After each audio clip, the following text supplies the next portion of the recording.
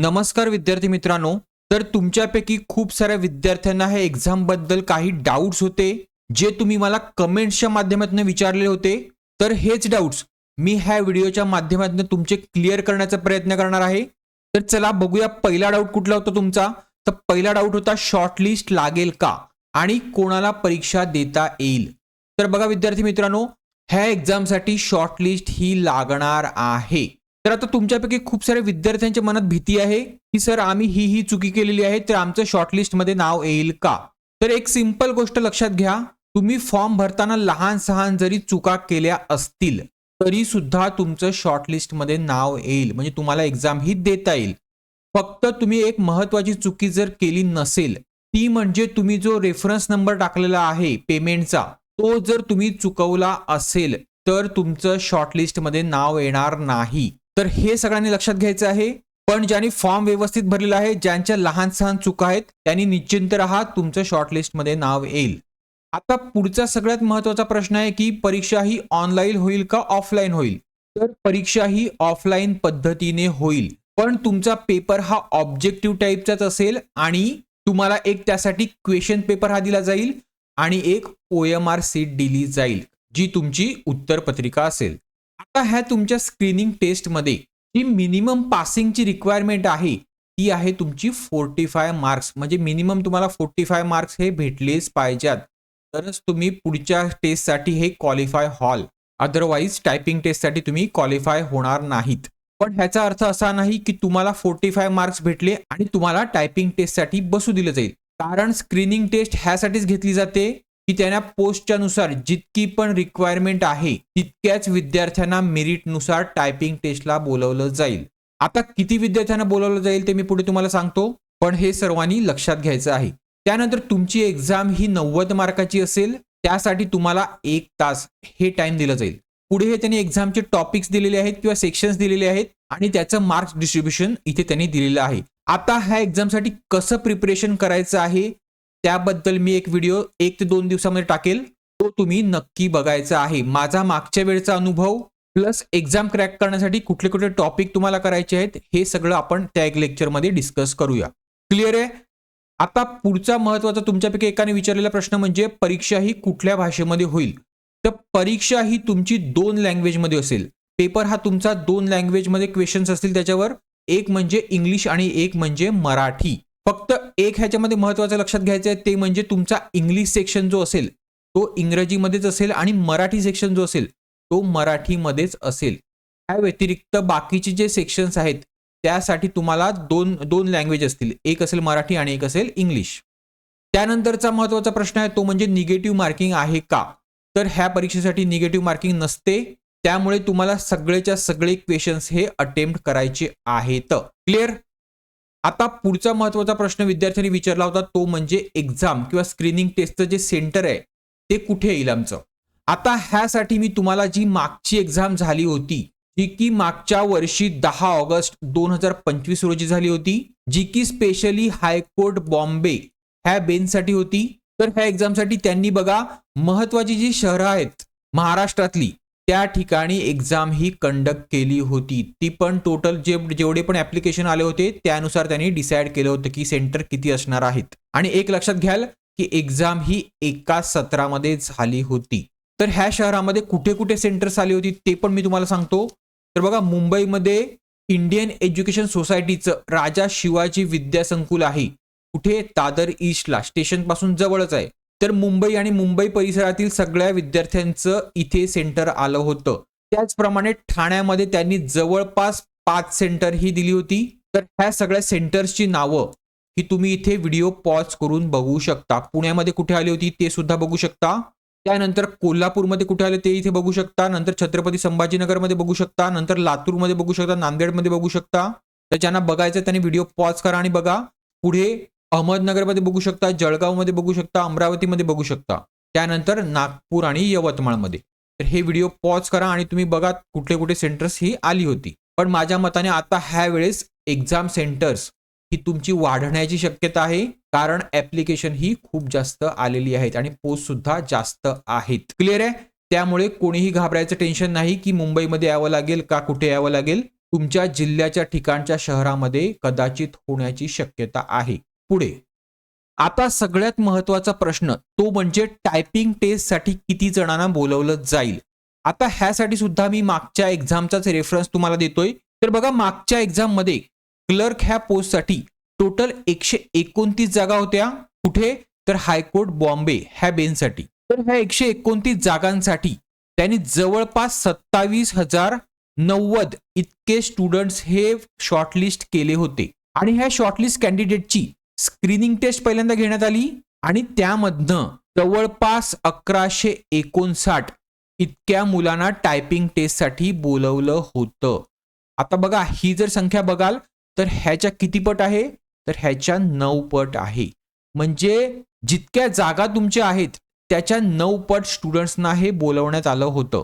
तर आता ह्या पोस्टनुसार जर तुम्ही बघाल तर ह्याच्या 9 पट म्हणजे किती तर जवळपास 7,470 हे तुमचे फक्त बॉम्बे हायकोर्टच्या मेन बेंचसाठीच बोलवले जातील विद्यार्थी. कशासाठी तर टायपिंगसाठी. त्यानंतर नागपूर बेंचसाठी 9 पट कराल तर टोटल होतात 1494 म्हणजे जवळपास 1500 विद्यार्थी. आणि औरंगाबाद बेंचसाठी 336च्या 9 पट म्हणजे किती तर 3024 विद्यार्थी. म्हणजे टोटल बघाल ह्याची तर किती होणार तर 11,988 म्हणजे जवळपास 12,000 इतक्या विद्यार्थ्यांना टायपिंग टेस्टसाठी हे शॉर्टलिस्ट केलं जाईल.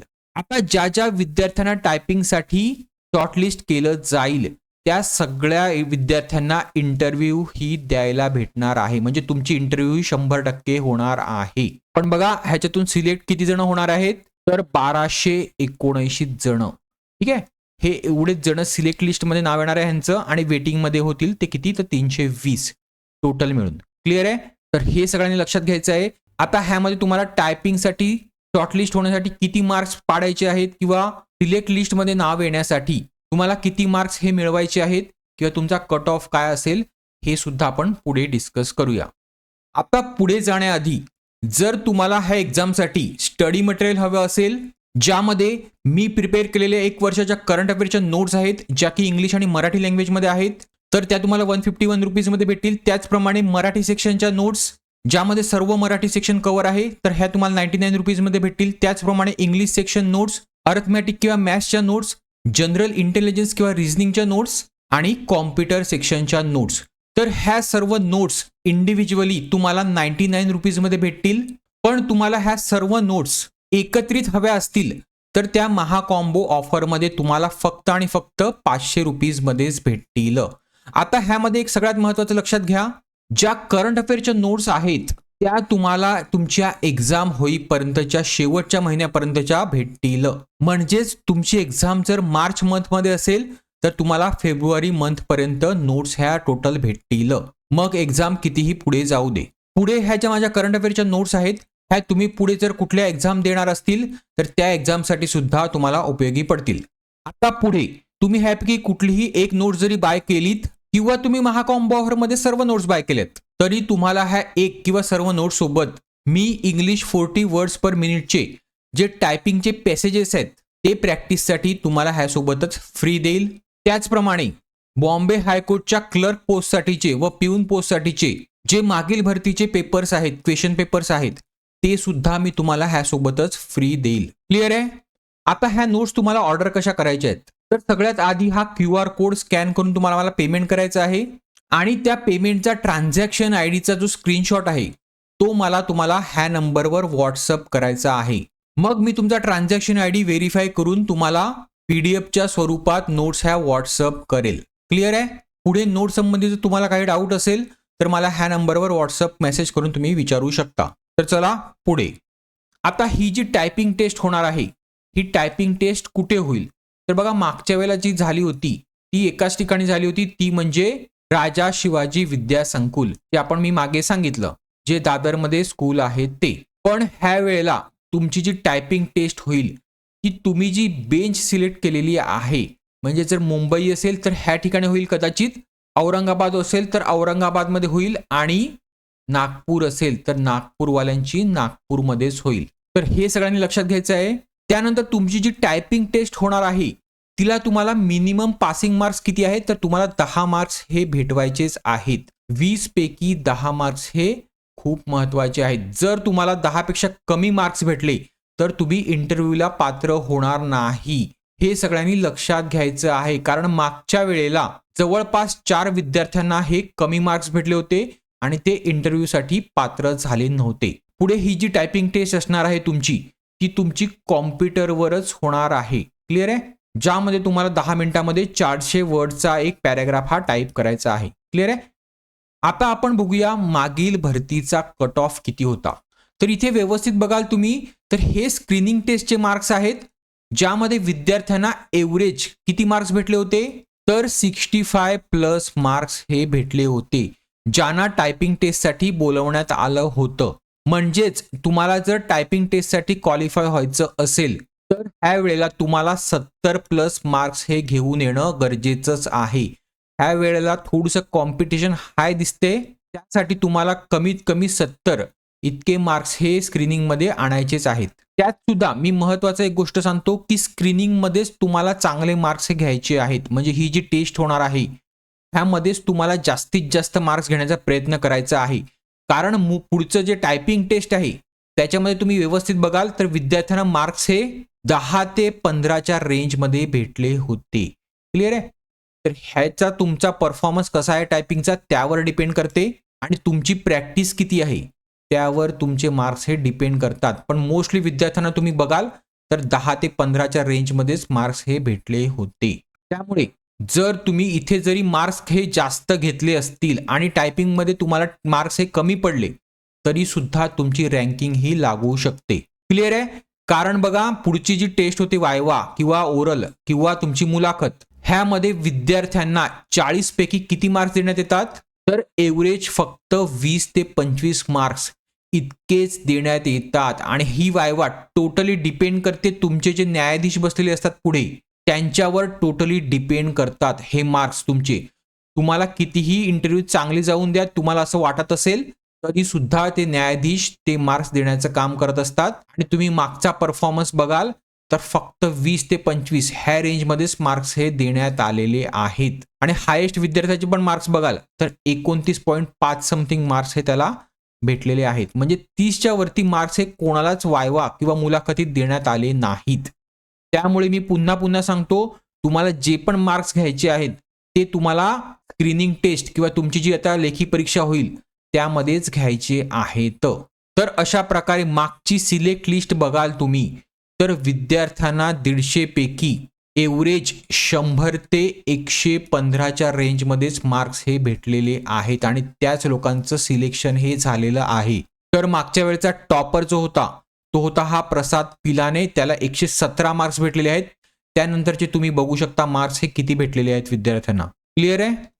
आता दुसरं एक महत्वाचं ते म्हणजे काय तर तुम्हाला वायवा किंवा तुमची जी मुलाखत होणार आहे त्यामध्ये मिनिमम मार्क्स हे किती भेटले पाहिजेत तर तुम्हाला मिनिमम मार्क्स हे 40 पैकी 16 हे स्कोअर करायचे आहेत. कशासाठी? मुलाखतीमध्ये जर तुम्हाला न्यायाधीशाने किंवा तुमच्या ज्या पॅनलने तुम्हाला 16 पेक्षा कमी मार्क्स दिले तर तुमचं इथे सिलेक्शन हे तुम्ही विसरून जा.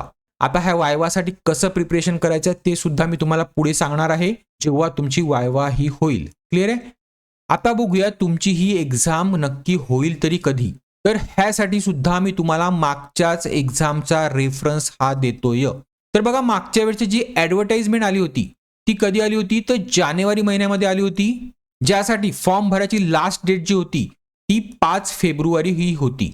तर ह्यासाठीची जी एक्झाम झाली होती ती कधी झाली होती ती बघा. तर ही एक्झाम झाली होती तुमची 10 ऑगस्ट 2025 रोजी. म्हणजे जवळपास ॲडव्हर्टाइजमेंट आल्यानंतर 6 महिन्यानंतर ही एक्झाम झाली होती. त्यानंतर एक्झाम झाल्यानंतर टायपिंग टेस्ट कधी झाली होती ते बघा. टायपिंग टेस्ट ही तुमची झाली होती 5 ऑक्टोबर रोजी. म्हणजे तुमच्या एक्झाम झाल्यानंतर 2 महिन्यानंतर टायपिंग टेस्ट झाली होती. त्यानंतर मुलाखत ज्या झाल्या होत्या त्या कधी झाल्या होत्या तर जवळपास 2 डिसेंबरच्या दरम्यान झाल्या होत्या. 2 डिसेंबर नंतर झाल्या होत्या. म्हणजे डिसेंबर महिन्यात, म्हणजे 2 महिन्यानंतर ह्या मुलाखत झाल्या होत्या.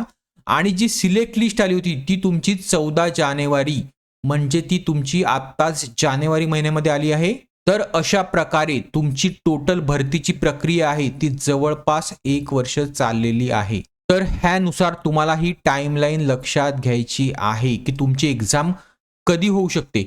आता मी हे सांगत नाहीये की 6 महिन्यानंतर तुमची एक्झाम होईल. तुमची एक्झाम 1 महिन्यामध्ये सुद्धा होऊ शकते, म्हणजे पुढच्या महिन्यामध्ये सुद्धा होऊ शकते, किंवा तुमची एक्झाम 6 महिन्यानंतर सुद्धा होऊ शकते. ह्यासाठी तुम्हाला रेडी राहायचं आहे. प्रिपरेशन तुमचं कंटिन्युअस तुम्हाला ठेवायचं आहे. जितका जास्त तुम्हाला वेळ भेटेल तितका त्या वेळेचा तुम्हाला फायदा घ्यायचा आहे. आणि ह्या जर वेळ एक्स्ट्रा असेल तर तुमचं कॉम्पिटिशन सुद्धा त्याचप्रमाणे तयार होणार आहे. जर वेळ कमी भेटला तर कॉम्पिटिशन, मी सांगेल की विद्यार्थ्यांना वेळ कमी भेटेल त्यानुसार अभ्यास सुद्धा कमी होईल. पण वेळ जर जास्त भेटला तर तुमचं कॉम्पिटिशन सुद्धा तयार होईल. त्यामुळे तुम्हाला कंटिन्युअस अभ्यासामध्ये राहायचं आहे. असं नाही आहे की एक्झाम डेट आल्यानंतर मी एक्झामच्या प्रिपरेशनला सुरुवात करतो. असं जर तुमच्यापैकी कोणी असेल तर तुमचं सिलेक्शन हे खूप डिफिकल्ट आहे. क्लिअर आहे. आता पुढचा महत्त्वाचा मुद्दा म्हणजे ऍप्लिकेशन फिल करताना विद्यार्थ्यांनी खूप साऱ्या लहान सहान चुका केलेल्या आहेत. तर त्यांचं असं म्हणणं आहे की सर आमचं डीव्हीला रिजेक्शन होईल का, किंवा डीव्हीला आम्ही रिजेक्ट होईल का. तर एक लक्षात घ्या, तुम्ही जे पण ऍप्लिकेशन मध्ये फिल केलं आहे, एखादं सर्टिफिकेट तुम्ही सांगितलं आहे आणि ते जर सर्टिफिकेट तुमच्याकडे डीव्हीला अवेलेबल नसेल तर तुम्हाला नक्कीच रिजेक्ट केलं जाईल. पण जर तुम्ही एखादी लहान चुकी केली असेल, जसं की तुमचे क्वालिफिकेशन मार्क्स भरल्यानंतर तुमची ग्रेड द्यायला चुकली आहे, तर अशा प्रकारचे लहान सहान ज्या चुका आहेत त्या मोस्टली निग्लेक्ट केल्या जातात. आता ते पण डिपेंड करते की तुमचा जो डीव्ही घेणारा क्लर्क आहे तो कोण आहे, ती व्यक्ती कोण आहे. क्लिअर आहे. म्हणजे त्याचा तिचा स्वभाव कसा आहे. पण मोस्टली डीव्ही मध्ये रिजेक्शनची महत्वाची जी कारण आहेत ती म्हणजे तुमच्याकडे दिलेल्या इन्स्टिट्यूटचं टायपिंगचं सर्टिफिकेट व्हॅलिड नसणं, त्यानंतर तुम्ही ॲब्सेंट असणं व्हेरिफिकेशनसाठी, त्यानंतर तुमचं कॉम्प्युटर प्रोफेशनचं सर्टिफिकेट सुद्धा तुमच्याकडे नसणं. क्लिअर आहे. तर ह्यापैकी काहीही नसेल तर तुम्ही रिजेक्ट होऊ शकता. ही महत्वाची कारण आहेत. पण दुसरी पण महत्वाची काही कारण आहेत, ती म्हणजे तुमच्या नावाच्या स्पेलिंग्स मध्ये जर काही चुकी असेल, म्हणजे ऍप्लिकेशन मध्ये तुम्ही एक वेगळं स्पेलिंग लिहिलं आहे आणि तुमच्या डॉक्युमेंट्सवर तुमच्या नावाचं स्पेलिंग हे दुसरं आहे. उदाहरणार्थ, जर तुमच्या ऍप्लिकेशन मध्ये तुम्ही विनीत हे नाव असं लिहिलं असेल VINIT, पण तुमच्या डॉक्युमेंट्सवर तुमचं नाव हे असं असेल VINEET, तर ह्या कारणामध्ये साठी सुद्धा तुमचं ऍप्लिकेशन हे रिजेक्ट होऊ शकते. क्लिअर आहे. तर हे सगळ्यांनी लक्षात घ्यायचं आहे. पण मी तुम्हाला एक सांगेल, जे डीव्ही घेणारे व्यक्ती असतात ते मोस्टली क्लर्कच असतात आणि ते खूप समंजस असतात, विद्यार्थ्यांना ते समजून घेतात. क्लिअर आहे. तुमचं काही पण त्याच्यामध्ये चुकलं असेल किंवा त्यांनी चुकी एखादी काढली तर तुम्ही तिकडे रिक्वेस्ट करा. फक्त एक लक्षात घ्या, तुमची जी पण डॉक्युमेंट्स आहेत ती सगळीच्या सगळी तुम्हाला घेऊन जायचं आहे. असं नाही आहे की हे डॉक्युमेंट्स आम्हाला विचारलं नाही म्हणून हे घेऊन जाणार नाही. सगळीच्या सगळी घेऊन जा. कुठलंही डॉक्युमेंट्स हे विचारलं जाऊ शकते किंवा मागवलं जाऊ शकते. क्लिअर आहे. आता आपण सगळ्यात महत्त्वाचा प्रश्न अजून एक बघूया, तो म्हणजे मागील भरतीचे जे वेटलिस्टचे कॅन्डिडेट्स आहेत त्यांना आता ह्या जागेमध्ये घेतलं जाईल का. तर ह्याचं सिंपल आन्सर आहे नाही. कारण का, तर जे वेटलिस्टचे कॅन्डिडेट्स असतात त्यांना त्या स्पेसिफिक ॲडव्हर्टाइजमेंटसाठीच व्हॅलिड धरलं जाते. त्याची जी 2 वर्षाची मुदत असते तुमची, ती त्या ॲडव्हर्टाइजमेंटमध्ये जितक्या जागा निघाल्या आहेत त्यावेळेच्या त्या जागेसाठी व्हॅलिड असते. म्हणजे आता 129 जण मागच्या भरतीसाठी सिलेक्ट केलेले आहेत, त्यामधलं जर कोणी नोकरी ही सोडून गेलं किंवा नोकरी एक्सेप्ट केली नाही तर त्यांच्या जागी हे वेटलिस्ट कॅन्डिडेट हे भरले जातात. पुढची ॲडव्हर्टाइजमेंटच्या भरतीसाठी नाही किंवा त्या जागांसाठी नाही. म्हणजे इथे तुमच्या ज्या 1279 जागा भरायच्या आहेत त्यासाठी जी 320 विद्यार्थ्यांची वेटलिस्ट येणार आहे, तर ह्या विद्यार्थ्यांना ह्या जागेसाठी पुढील 2 वर्षासाठी हे कन्सिडर केलं जाणार आहे. पुढच्या वर्षी किंवा त्याच्या पुढच्या वर्षी येणाऱ्या जागांसाठी नाही. क्लिअर आहे. म्हणजे ह्याच्यातनं जर कोणी नोकरी सोडून गेला तरच तुमचा पुढे चान्स लागेल. तर चला, होप करतो तुम्हाला हा व्हिडिओ आवडला असेल आणि ह्या भरतीसाठी कसं प्रिपरेशन करायचं आहे तो व्हिडिओ सुद्धा मी लवकरच टाकेल. तर तो बघण्यासाठी चॅनलला सबस्क्राईब करायला विसरू नका आणि हा व्हिडिओ आवडला असेल तर शेअर आणि त्याला लाईक करायला विसरू नका. त्याचप्रमाणे ज्यांनी अजून टेलिग्राम चॅनल जॉईन केलं नसेल तर हा QR कोड स्कॅन करून तुम्ही जॉईन करू शकता किंवा त्याची लिंक तुम्हाला डिस्क्रिप्शन बॉक्समध्ये भेटेल. थँक्यू.